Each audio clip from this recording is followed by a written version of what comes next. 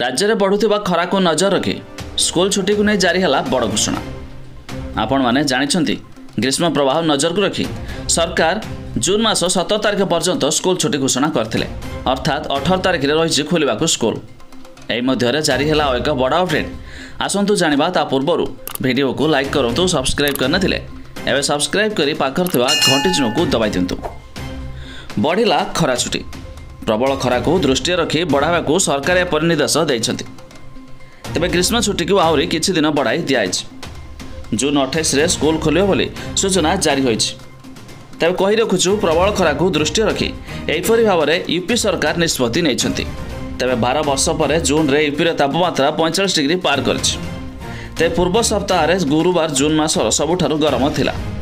तेबे सर्वाधिक स्वाभाविक ठारू 7 डिग्री अधिक रहिछि। तेज पाणीपाग विभाग सूचना अनुसार आहरी 3 दिन प्रबल गरम आश्वस्ति मिलिब नाही। हेले जान रखुंतु एबे ओडिशा रे कोनोसी स्कूल छुट्टी मध्य घोषणा होई नाही। हेले प्रबल मात्रा रे न्यूज भाइराल होउछि कि ओडिशा रे स्कूल छुट्टी मध्य घुंचिछि। हेले एने हमर मुख्यमंत्री अर्थात मोहन चरण माझी कोनोसी घोषणा करनाहांती। तेज खूब शीघ्र हुए तो एने मध्य घोषणा आसीपारे। तेज जान रखुंतु यूपी रे जून 28 तारिख पर्यंत हो जाइछि स्कूल छुट्टी घोषणा।